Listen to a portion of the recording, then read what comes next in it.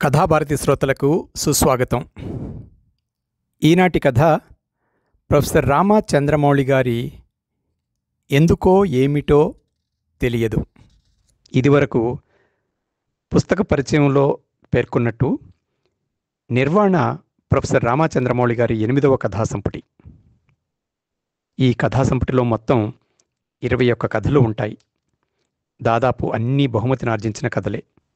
మీకు వీలున్నన్ని కథలను ఆడియోగా రూపొందించి జపాన్లో ఉన్న మన తెలుగు కథాప్రియులకు వినిపించండి అంటూ ప్రొఫెసర్ రామా చంద్రమౌళి గారు నాకు అనుమతినిచ్చి ఇక్కడి తెలుగువారికే కాకుండా దేశ విదేశాల్లో నివసిస్తున్న కథాభిమానులకు వీరు సమర్పిస్తున్న ఒక అమూల్య కానుక.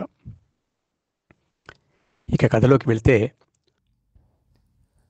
ములుగు అవతల లింగంపల్లి గ్రామం దాటి ఇక దట్టమైన మహదేవ్పూర్ అడవుల్లోకి ప్రవేశించే ముఖద్వారం వంటి ఆ మలుపు దగ్గర గుడిసె హోటల్ వద్ద ఆగి ఒక చిన్న లుకలుకలాడే టేబుల్ దగ్గరి కుర్చీలో కూర్చుని ఎదురుగా దూరంగా కనిపిస్తున్న చిక్కని అడవిలోకి ఊరికే అలా చూపులను విసిరి అతని కోసం ఎదురు చూస్తూ భుజానికున్న the best wild life photographers ఉపయోగించే డిఎస్ఎల్ఆర్ నికాన్ D7200 కెమెరాను ప్రక్కనే పెట్టుకుని అప్పుడే నౌకర్ పోరడిచ్చిన ఛాయ్ను చప్పరిస్తూ చెవుల్లో ఉన్న ఇయర్బడ్స్లో ముఖేష్ పాట వింటోంది చిన్మయి. చిన్మయి వయసు 29. ఆమె దగదగ మెరిసే తోమిన రాగి రంగులో వెలుగుతున్న చెమ్మెలా ఉంది ఉజ్వలంగా.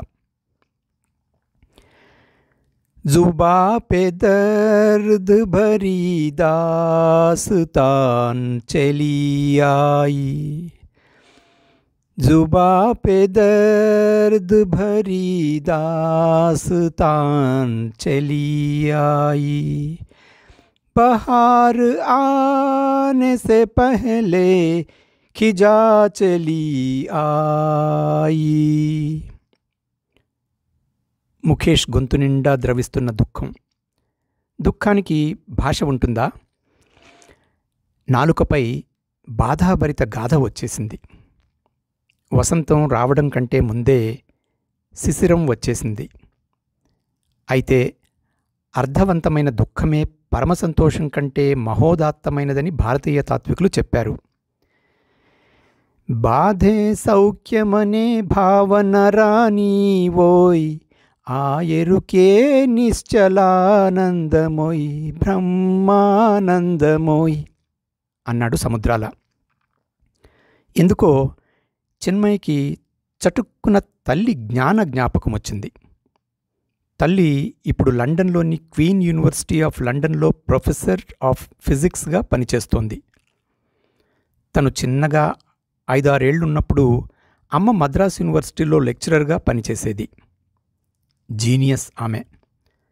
తండ్రి గోవిందరాజులు ఒక IAS ఆఫీసర్, పక్కా అవినీతిపరుడు, తాగుబోతు, తిరుగుబోతు, నీతి నియమాలేవీ లేని అమానవుడు. అమ్మను అనుమానించి ఉద్యోగం విడిచిపెట్టమని నిరంతరం గొడవ పెట్టుకుని ప్రతిరోజు కొట్టేవాడు. తను నిశ్శబ్దంగా నిస్సహాయంగా చూచేది. అమ్మ పేరే జ్ఞాని, కానీ ధైర్యం ఒకరోజు తిరగబడింది. నాన్నను కత్తిపీటతో నరికి చంపింది. అంది, నీ వల్ల ఈ సమాజానికి గాని, ఈ దేశానికి గాని, ఈ కుటుంబానికి గాని ఎటువంటి ప్రయోజనమూ లేదు. కలుపు మొక్కవు నువ్వు, అందుకే నిర్మూలిస్తున్నాను. వధధర్మం, ఇది హత్య కాదు అని నడుస్తూ వెళ్ళి పోలీసులకు లొంగిపోయి కోర్టులో పోట్లాడి నాన్న అకృత్యాలను రుజువు చేసి 2 ఏళ్ల నామమాత్రపు జైలు శిక్షను అనుభవించి వచ్చి లండన్ వెళ్ళిపోయింది. నా దేశాన్ని నేను విడిచి రాను అని భీష్మించుకుని కూర్చున్నందుకు తనను ఊటీలోని గుడ్ షెపర్డ్ ఇంటర్నేషనల్ స్కూల్లో చేర్పించి పోతూ పోతూ ఒక అద్భుతమైన విషయాన్ని చెప్పింది అమ్మ. మన దగ్గర ప్రతిభ ఉన్నప్పుడు మనం ఎప్పుడైనా అందరికన్నా భిన్నమైన దిశలో పయనించి మనను మనం రుజువు చేసుకోవాలి అని. మనిషి తనను తాను రుజువు చేసుకోవడం, ప్రతిక్షణం అమ్మను గమనించేది తను. ప్రస్తుతం గత కొన్ని దశాబ్దాలుగా అమ్మ తన ఫిజిక్స్ రంగంలో super massive compact object at the centre of Galaxy అన్న అంశం మీద పరిశోధన చేస్తూనే ఉంది. అటువంటి విలక్షణత కోసమే తను తప్పించింది ఇన్నాళ్ళు. అందరికంటే భిన్నమైన జీవితాన్ని ఎంచుకుని అసాధారణ రంగంలో తనను తాను రుజువు చేసుకోవాలి అన్న లక్ష్యంతో. ఫలితం ఇప్పుడు తనొక అంతర్జాతీయ ఖ్యాతి గడిస్తున్న వైల్డ్ లైఫ్ ఫోటోగ్రాఫర్. చెన్నైలోని ప్రఖ్యాత శ్రీ వెంకటేశ్వర కాలేజ్ ఆఫ్ ఇంజనీరింగ్లో కంప్యూటర్ సైన్స్లో బీటెక్ అయిన తర్వాత కావాలని దిశను మార్చుకుంది చిన్మయి. భారతదేశంలో చాలామందికి తెలియని క్రియేటివ్ హట్ అన్న ఇన్స్టిట్యూట్ ఆఫ్ ఫోటోగ్రఫీ కోర్సులోని వైల్డ్ లైఫ్ ఫోటోగ్రఫీ అన్న అంశాన్ని ప్రత్యేకంగా ఎంచుకుంది. ప్రత్యేకత తను సాధారణ ఆడపిల్లలు చేయలేని, సాధించలేని ఒక విలక్షణ రంగంలో అమ్మవలే అందరూ శ్లాఘించగలదాన్ని సాధించి వహ్వా అనిపించుకోవాలి. అదే లక్ష్యం, అదే గమ్యం, అదే జీవిత పరమావధి. క్రియేటివ్ హట్ అన్న ఆ కాలేజ్ కేరళలోని కొట్టాయం దగ్గర మత్తక్కర గ్రామం కరీంపనిలో ఉంది. అప్పుడు అబిన్ అలెక్స్ ప్రిన్సిపాల్గా ఉండేవారు. ఎందరో తన వలనే తనను తాను ఒక ప్రత్యేక అసాధారణ రంగంలో రుజువు చేసుకునేందుకే అక్కడ చేరతారు. వాళ్లలో ఆడవాళ్ళు చాలా తక్కువ, అంతా మగ విద్యార్థులే. పున్మియా జోన్స్ అనే ఒక్క అమ్మాయే తన క్లాస్మేట్. ఆమె ఆప్షనల్ వైల్డ్ లైఫ్ ఫోటోగ్రఫీ, తనది అందులో స్పెషలైజేషన్ బర్డ్ ఫోటోగ్రఫీ. 2017 బ్యాచ్ తమది. పక్షిశాస్త్రం, ఆర్నిథాలజీ ఒక ప్రత్యేక శాఖ. చిన్నప్పటి నుండి పక్షులంటే అమితమైన ప్రేమ చిన్మయికి. చూస్తుండగానే ఆకాశంలోకి ఎగురుతూ మాయమైపోయే ఆ జీవులంటే ఆమెకు ఇప్పటికీ ఒక వింతే. ఎన్నో పక్షుల గురించి అధ్యయనం చేసిందామె. మనిషి జీవితంలో పెళ్ళి అనేది ఒక ప్రధాన ఘట్టం.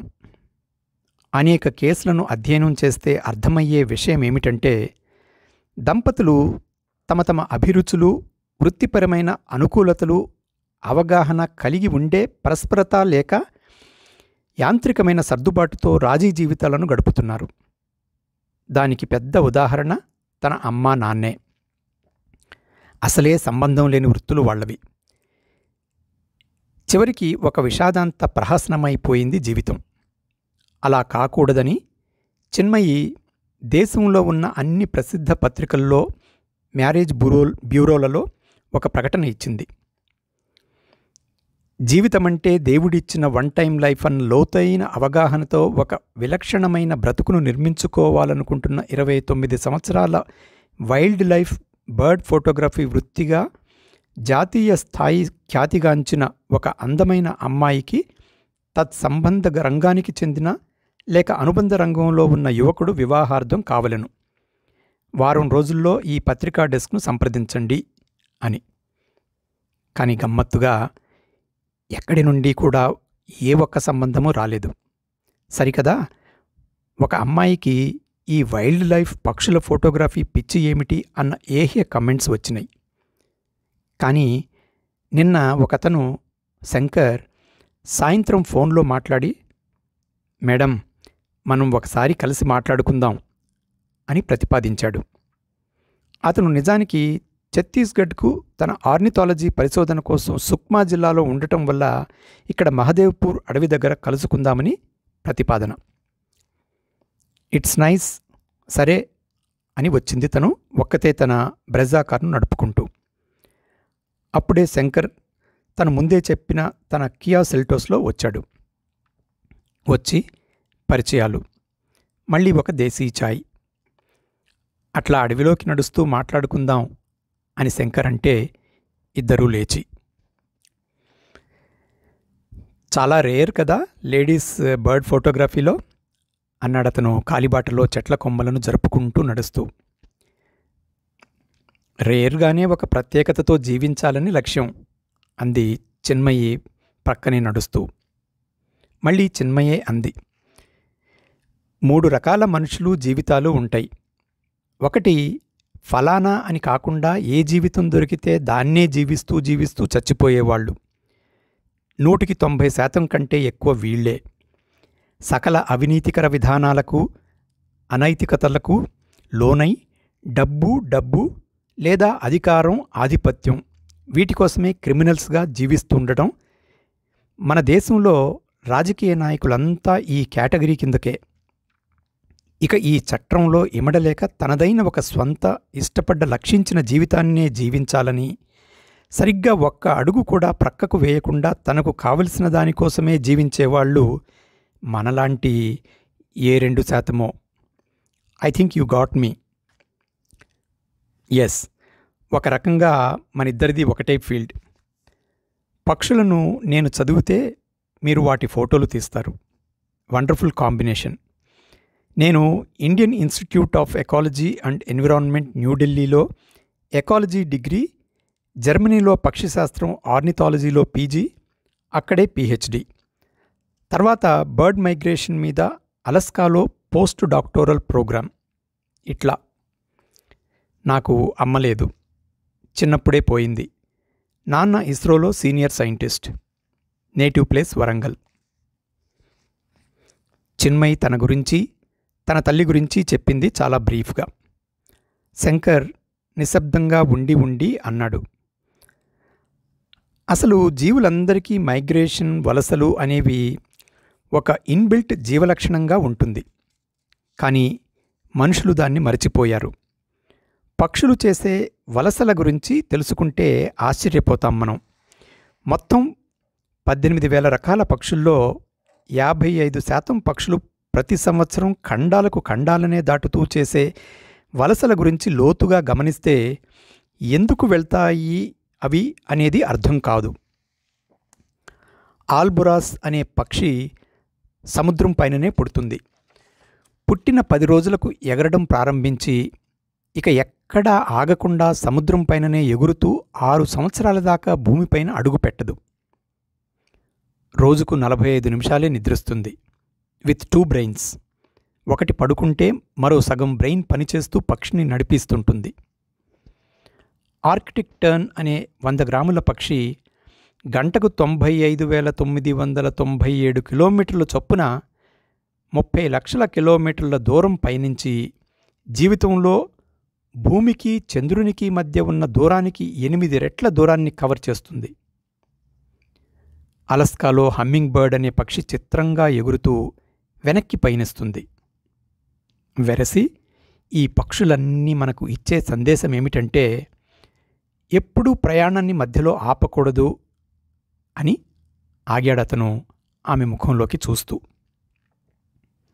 సరిగ్గా అప్పుడే అతన్ని గమనిస్తున్న చిన్మయి, నేను మన భారతదేశ పక్షి శాస్త్రవేత్త సలీం అలీ స్థాపించిన భరత్పూర్ బర్డ్ శాంక్చురీకి వెళ్ళి అనేక పక్షుల ఫోటోలు తీశాను. ఫోటో జర్నలిజం నా స్పెషల్ హాబీ అంది. కొన్ని సంవత్సరాలుగా పక్షుల ప్రవర్తనను, వాటి క్రమశిక్షణను, వాటి అతీత శక్తులను, వాటి సూపర్ న్యాచురల్ గ్రహింపును ఎంతో లోతుగా అధ్యయనం చేస్తూ వస్తున్న శంకర్కు చిన్మయి తల్లి ముందు అంబాడుతున్న పసిపాపలా అనిపించి ఎంతో ముచ్చటేసింది. ఆమెలో తనను తాను ఒక విలక్షణ రంగంలో రుజువు చేసుకోవాలన్న దీక్ష అతన్ని ముగ్ధుణ్ణి చేసింది. పక్షులకు రాబోయే ఋతుమార్పులు మనుషుల కన్నా నెల రోజుల ముందే తెలుస్తుండటం, అన్ని జీవుల కన్నా పితృబాధ్యతలు అత్యంత గాఢంగా కలిగి ఉండటం, కానీ ప్రకృతి నియమాలను గౌరవిస్తూ ఒక నియమిత హద్దులను దాటుతున్నప్పుడు సకల బంధాలను తెంపుకొని దేనికదే స్వతంత్ర అయి సునాయాసంగా విడివడి బంధాలన్నీ తాత్కాలికమే, వియోగం అనివార్యం అన్న సత్యాన్ని ప్రకటిస్తుండటం, ఇవన్నీ ఎప్పటికప్పుడు శంకర్ను పులకింపచేస్తూనే ఉన్నాయి. చిన్మయి చటుక్కున తన భుజానికి వేలాడుతున్న డిఎస్ఎల్ఆర్ కెమెరాను ఫోకస్ చేసి వెల్లకిలా వెనక్కి వంగి పడుకుని లిప్తకాలంలో క్లిక్ మనిపించింది. శంకర్ ఉలిక్కిపడి గమనిస్తే ఎదురుగా ఉన్న ఎత్తైన చెట్టు కొమ్మ మీది ఒక గద్దపిల్లను ఒక డేగ మిసైల్లా వచ్చి తన టాలోన్స్ అనబడే కాలిగోళ్ల పంజాతో తన్నుకుపోయింది. ఆ తన్నుకుపోతున్న దృశ్యాన్ని బంధించింది చిన్మయి. శంకర్ రోమాంచితుడైపోయాడు. ఆమె చిన్నపిల్లల క్షణంలో అతని దగ్గరికి ఉరికొచ్చి తను తీసిన ఫోటోను అతనికి చూపిస్తూ మురిసిపోతూ. టెలిఫోటో తీయగల zoom 300mm lens, long distance, maximum aperture f/2.8, shutter speed 1/2000 అని గడగడా పలుకుతూ అతని భుజంపైకి వాలినంత దగ్గరగా వంగి చూపించిందా ఇమేజ్ను. శంకర్ ఆశ్చర్యపోయాడు అంత స్పష్టమైన ఫోటోను చూచి. గద్దపిల్లను తన్నుకుపోతున్న ఈగల్, గద్దపిల్ల విలవిల, టాలోన్స్ పదునైన గోళ్ళు అంతా క్లియర్గా ఏ అంతర్జాతీయ ఫోటోగ్రాఫరో తీసిన బొమ్మ కంటే అద్భుత. చకితుడై ఆమెను అట్లానే దగ్గరగా పొదువుకుని పెదవులపై గట్టిగా ముద్దు పెట్టుకున్నాడు తడితడిగా. ఎక్కడి నుండో ప్రక్కనున్న చెట్టు గుబుర్లో నుండి బహుశా చాలా పక్షులు రెక్కలను టపటపలాడిస్తూ గోలగోలగా అరిచాయి హర్షారావం చేస్తూ. 1 నిమిషకాలం గడిచి తెప్పరిల్లి, నీకు నాకు ఇప్పుడే ఈ ముద్దుతో పెళ్లి జరిగే భార్యాభర్తలమైన మనిద్దరికీ మున్ముందు బ్రహ్మాండమైన భవిష్యత్తు ఉంది చిన్మయి. నీలో అసాధారణమైన ప్రజ్ఞ ఉంది, అది నచ్చింది నాకు అన్నాడు శంకర్ తన తడి పెదవులను తుడుచుకుంటూ. కుహు కుహు, పెళ్లికి వనమంతా సందడి, అడవే సాక్ష్యం, పక్షులన్నీ బంధువులు అనుకుని అతని విశాల వక్షంపై తలాంచి అతుక్కుపోయిందామె. 6 ఏళ్లు గడిచింది తమదే అయిన ఒక సొంత లోకంలో జీవిస్తూ. ఆత్మానందాన్నిచ్చే వన్ టైం లైఫ్లా మనిషి ఎరుకతో బతకగలగడం ఒక కళ. మనిషికి గాని ఏ ఇతర జీవికి గాని భగవత్ప్రసాదితమైనది ఒకటే జీవితం, మళ్ళీ మళ్ళీ లభించనిది. చిన్మయి జీవితమంటే ఎవరికి వారు నిర్మించుకునేది అని నిర్వచించుకుంది తనకు తాను ఎప్పుడో. శంకర్కు కూడా జీవిత నిర్వచనం అదే. 2 పిల్లలు. పిల్లలను కనడం ఒక విశేషం కానే కాదని వాళ్ళిద్దరూ నమ్ముతారు. కానీ అదొక వరమే. సార్థకతను సంతరించుకొమ్మని, ఈ సృష్టిని సమతుల్యపరచమని దేవుడు ప్రసాదించిన మహాద్భుత అవకాశం ఈ సకల చరాచర జీవులకు. పిల్లలిద్దరూ రెసిడెన్షియల్ పాఠశాలల్లో భద్రంగా ఉన్నారు. వృత్తి మనిషి నడవడికను నడతను నిర్దేశిస్తుంది. చిన్మయి ఆ క్షణం హిమాలయ పర్వతాల్లోని లోతట్టు ప్రాంతమైన స్పితి వ్యాలీలో ఉంది. స్పితి ఈశాన్య హిమాలయాల్లో ఒక చల్లని ఎడారి పర్వతలోయ. అది లాంగ్జా విలేజ్కు 10 కిలోమీటర్ల దూరంలో ఉన్న దట్టమైన కోనిఫర్ చెట్లున్న ప్రాంతం. ఆమె ఒక అంతర్జాతీయ బర్డ్ ఫోటోగ్రఫీ పోటీ కోసం సిద్ధమవుతోంది. మొన్న 5 రోజుల క్రితం దాకా భరత్పూర్లోని కేయోలడో నేషనల్ పార్క్లో ఉంది 7 రోజులు. ప్రత్యేకమైన పక్షుల వినూత్న ఛాయాచిత్రాలను తీసేందుకు. కానీ దొరకలేదు. అయితే నిరుత్సాహపడలేదామె. టాంజానియాలో ఉన్న శంకర్తో మాట్లాడినప్పుడు అతను ఒక పక్షి గురించి చెప్పి, ఇటు హిమాచల్ ప్రదేశ్ రాష్ట్రంలో ఉన్న ఈ స్పితి లోయ, సోలాన్కు లోయ దిక్కు పొమ్మని సలహా ఇచ్చాడు. అలాగే అప్పటికే ఢిల్లీలో అందుబాటులో ఉన్న ప్రఖ్యాత భారత పక్షి శాస్త్రజ్ఞుడు విఎస్ విజయన్ను కలవమని కూడా చెప్పాడు. విజయంది కేరళ. చిన్మయి ప్రత్యేకంగా భరత్పూర్ నుండి ఢిల్లీ బయలుదేరి ఒక అంతర్జాతీయ సదస్సులో పాల్గొంటున్న విజయన్ను కలిసి తనను క్రియేటివ్ హట్ విద్యార్థిగా పరిచయం చేసుకున్నప్పుడు విజయన్ చాలా విషయాలు చెప్పాడు. శంకర్ చెప్పిన బార్ హెడెడ్ గూస్ గురించి అనేక విశేషాలను అరగంట సేపు మాట్లాడాడు. చెప్పి ఒక కంటెంట్ను చెప్పి ప్రత్యేకమైన వీడియో తీయమని సలహా ఇచ్చాడు. అదృష్టం కొద్దీ అది bar headed goose laying and incubation time. అప్పుడే చిన్మయి ఒక నిబద్ధతతో సరంజామా అంతా తయారు చేసుకుని స్పితి లోయకు బయలుదేరింది ఒక్కతే. ధైర్యంతో కూడుకున్న సాహసాలు చేస్తున్న వాళ్ళు ఒంటరిగానే సందర్భాలను ఎదుర్కొనే లక్షణాలను కలిగి ఉంటారు. బార్ హెడెడ్ గూస్ అనేది ఒక వింత పక్షి. ఇది బాతు జాతికి చెందిందే అయినా బాతుకు పూర్తిగా భిన్నమైన లక్షణాలను పుణికిపుచ్చుకున్న జీవి. ఇది ప్రపంచంలోనే అతి ఉన్నతంగా, అంటే ఎవరెస్ట్ లాంటి 29,000 ఫీట్ల ఎత్తు కంటే ఎక్కువ ఎత్తుపైన పయనిస్తుంది. దాదాపు 75 సెంటీమీటర్లుండే ఈ పక్షిని భారతీయులు బారుతోక నెమలి అని పిలుస్తారు. బరువు 1.8 నుండి 3.2 కిలోలుగా ఉంటుంది. ఇది సాధారణ సమయాల్లో కంటే హిమాలయాల్లో ఎగురుతున్నప్పుడు కేవలం 10% ఆక్సిజన్ను మాత్రమే తీసుకుంటూ 8 రోజులు ఎక్కడా ఆగకుండా రాత్రింబవళ్ళు ఆకాశాన్నీదుతూ టిబెట్ను చేరుకుంటుంది.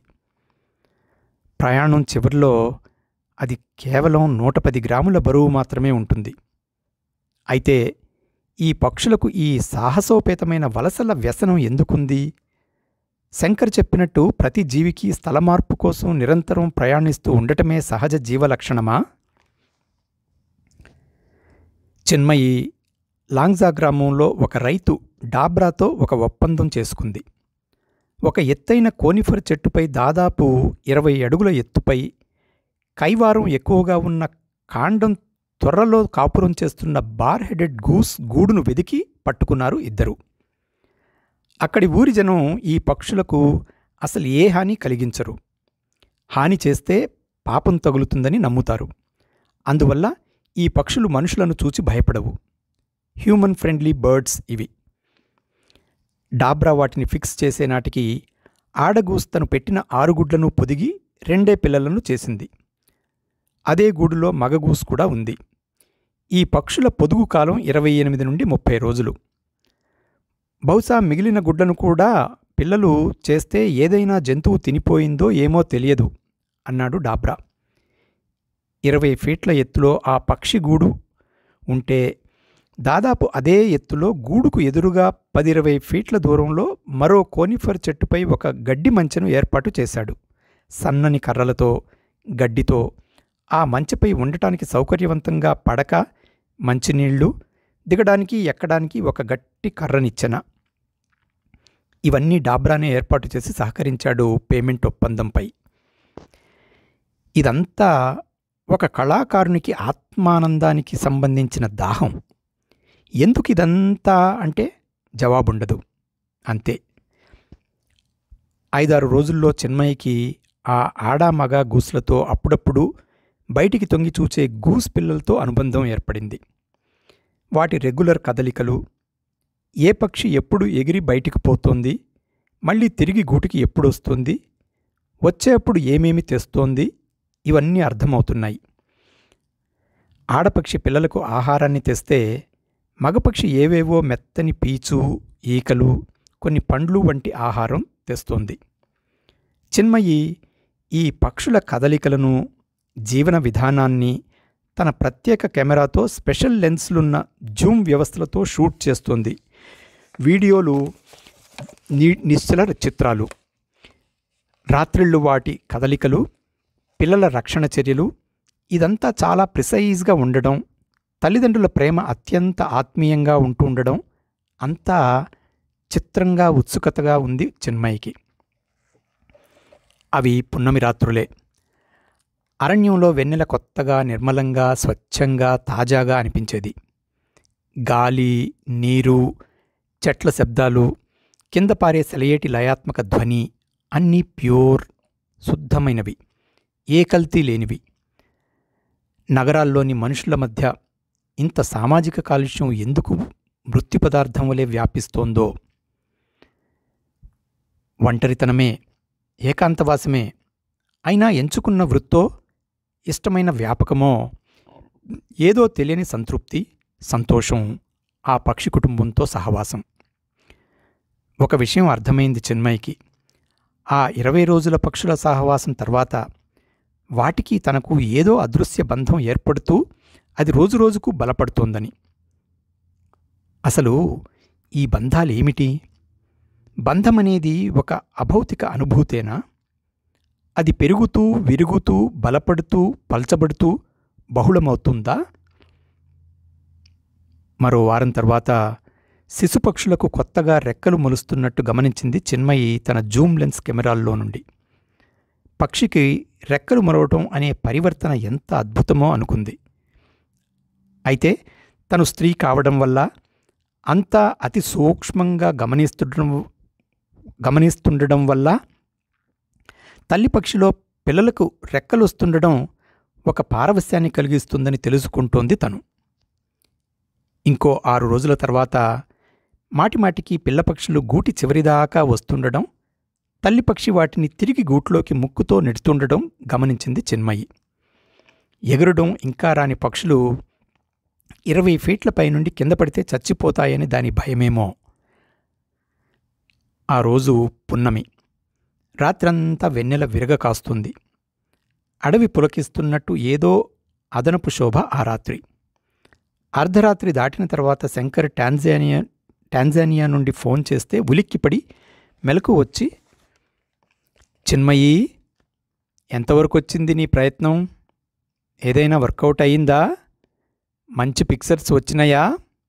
ఇక్కడ సాయంత్రం 5 అయింది, అక్కడ రాత్రి 7:30 అనుకుంటా. అట్లా సాగుతుంది సంభాషణ. బాగానే ఉంది, గోయింగ్ ఆన్, ఇంకా ప్రయత్నిస్తున్నా. నాకు ఒక బార్ హెడెడ్ గూస్ పక్షి కుటుంబంతో దోస్తీ ఏర్పడ్డది. అది బంధంగా మారుతోందా అని అనుమానం. ఇంకా ఏదో ఏదో అంటుంది చిన్మయి. ఫోన్ తెగిపోయింది. అప్పుడు యాదృచ్ఛికంగా గూడు దిక్కు చూస్తే ఆడపక్షి మగపక్షి చాలా బిజీగా పనిచేస్తున్నాయి. ఆమెకు అప్పటిదాకా స్వప్నంలో కనిపించిన ఆలాపనలన్నీ మళ్లీ పునరుక్తమవుతూ, అసలు ఈ మానవ నాగరికత, శతాబ్దాల పర్యంతం ఈ భారతదేశంలో విలసిల్లిన మానవ జ్ఞానోన్నతి, శాస్త్ర సాంకేతికత, తురీయత, ఇవన్నీ ఎవరో పంపారు వాట్సాప్లో. ఏండ్ల క్రితం మైక్రోస్కోప్లు, రాడార్లు, ఆకాశగమన సాధనాలు ఇవేవీ లేనప్పుడు భారతదేశ మధ్యఛేదం వలె శీర్షం నుండి పాదం వరకు కేదార్నాథ్, కాళేశ్వరం, ఏకాంబరేశ్వర్, చిదంబరం, రామేశ్వరం అనే ఈ 5 సరిగ్గా సరళరేఖపై ఉన్న చోట్లలో ఎట్లా బృహత్ శివాలయాలను నిర్మించారు? అవి ఇంకా ఈనాటికి చెక్కు చెదరక ప్రశస్తంగా ఉండటం ఏమిటి? అప్పటి సాంకేతిక నేపథ్యం ఏమిటి? ఈ శివుడు అన్న భావన ఏమిటి? అదొక శక్తికి ప్రతీకైన వ్యక్తీకరణేనా? శివతాండవమన్న భావన ఒక గ్రాఫికల్ రిప్రజెంటేషన్ ఆఫ్ ఎనర్జీ లెవెల్సా? ఈ సృష్టిలో అన్ని గ్రాఫికల్ రూపంలోనే వ్యక్తమవుతున్నాయా?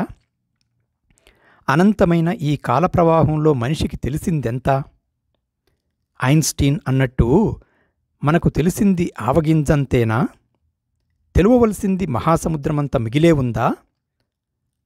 అనేకానేక సాంకేతిక ఆవిష్కరణలు, స్టీఫెన్ హాకిన్స్ చెప్పిన కృష్ణబిలం సిద్ధాంతం, a brief history of time, 4G, 5G, corona, రోనా, Wuhan, vaccine controversies, ప్రపంచాన్ని వణికించే ఫార్మా మాఫియాలు.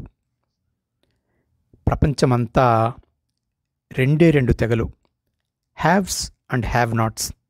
అయితే ఒక సూపర్ న్యాచురల్ ఫోర్స్, దేవుడా డెవిలా, ఈ సకల జగత్తును ఇంత ఖచ్చితత్వంతో మీటర్ డ్రైవ్ చేస్తున్నారు. ఎక్కడ పోయింది ఆ యుగాల నాటి మహామేధావులైన పూర్వతరపు ఉజ్వలత? గరళకూట వినీలకంఠాయ శంభవే మదనాంతకాయ నమశివాయ, కుంభినీధర సుతా కుచకుంభ పరిరంభ మహాలోలుపాయ నమశివాయ, శివోహం శివోహం. సూర్యోదయాలు, సూర్యాస్తమయాలు ఏమిటి?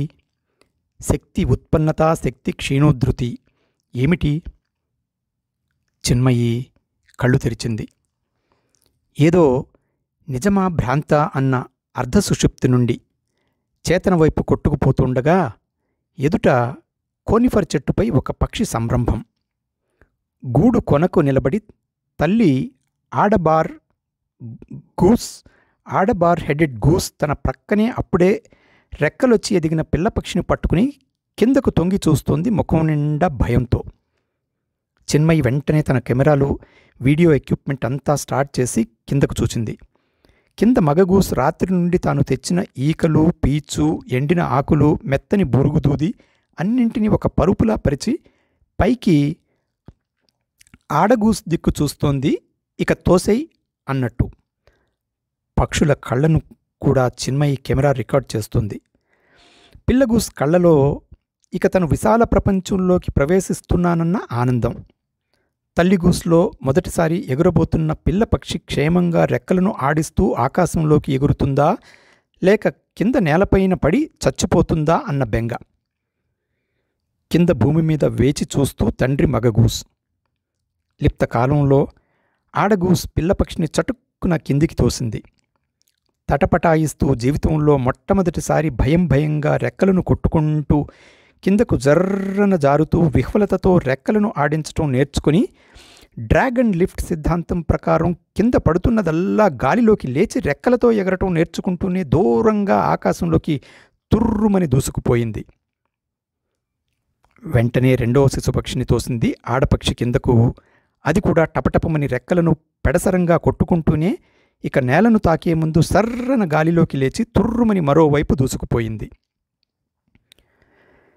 కింది నుండి మగగూసు పక్షి పైకి ఎగురొచ్చి ఆడపక్షి ప్రక్కనే చేరి రెండు శిశుపక్షులు ఎగిరిపోయిన దిక్కు ఆకాశంలోకి చూస్తూ ఉండిపోయాయి నిరామయంగా.